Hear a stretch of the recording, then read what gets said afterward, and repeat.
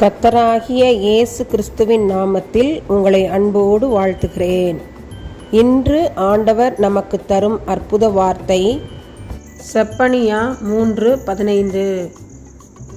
கர்த்தர் உன் நடுவிலே இருக்கிறார், இனி தீங்கை காணாதிருப்பாய். Zephaniah 3:15. The Lord, the King of Israel, is with you. Never again will you fear any harm. அன்பான சகோதர சகோதரிகளே, கர்த்தர் நம் நடுவிலே இருக்கிறார் என்று இன்று நமக்கு வாக்கு கொடுத்திருக்கிறார்.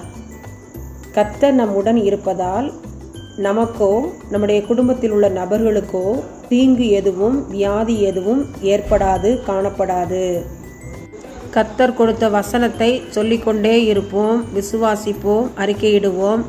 கர்த்தர் நமக்கு பலன் சுகம் தருவார். ஆமன்.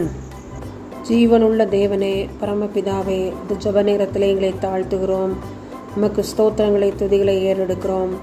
வியாதியினால் வீட்டிலே மருத்துவமனையிலே படுத்த படுக்கையாக இருக்கும் மக்களுக்காக பாரத்துடன் ஜெபிக்கிறோம். பூரண சுகத்தை தருவீராக. யெகோவா ஈரே, கர்த்தர் எல்லாம் பார்த்து கொள்வீராக. நானே உன் பரியாரிய கர்த்தர் என்னுடைய வேதம் சொல்கிறதப்பா. வசனங்களை விசுவாசித்து பிள்ளைகள் வியாதியிலிருந்து சுகமடைய தேவனாய கர்த்தர் கிருபை கொடுங்க. முன்னோருடைய பெற்றோருடைய பாவங்களினால் ஏற்பட்ட வியாதிகளெல்லாம் தேவனாய கர்த்தர் நீங்கள் சுகப்படுத்துங்க. பரிசுத்தமாய் பிரித்தெடுக்கப்பட்ட அர்ப்பணிக்கப்பட்ட ஜீவியத்தை பிள்ளைகள் மேற்கொள்ளத்தக்கதான கிருபைகளை கொடுங்க. வியாதியிலிருந்து முற்றிலுமான விடுதலையை தாங்க. முழுவதுமாய் உண்மை சார்ந்து வாழ்கிற வாழ்க்கையை கொடுங்க. உடைய வல்ல கரத்திலே அடைக்கலமாய் கேடகமாய் ஒப்புக் கொடுக்கிறோம். நீர் உடைய கிருபையை பொழிந்ததற்காக நன்றி. இயேசுவின் மூலம் ஜெபிக்கிறோம் நல்ல பிதாவே. ஆமன், ஆமன்.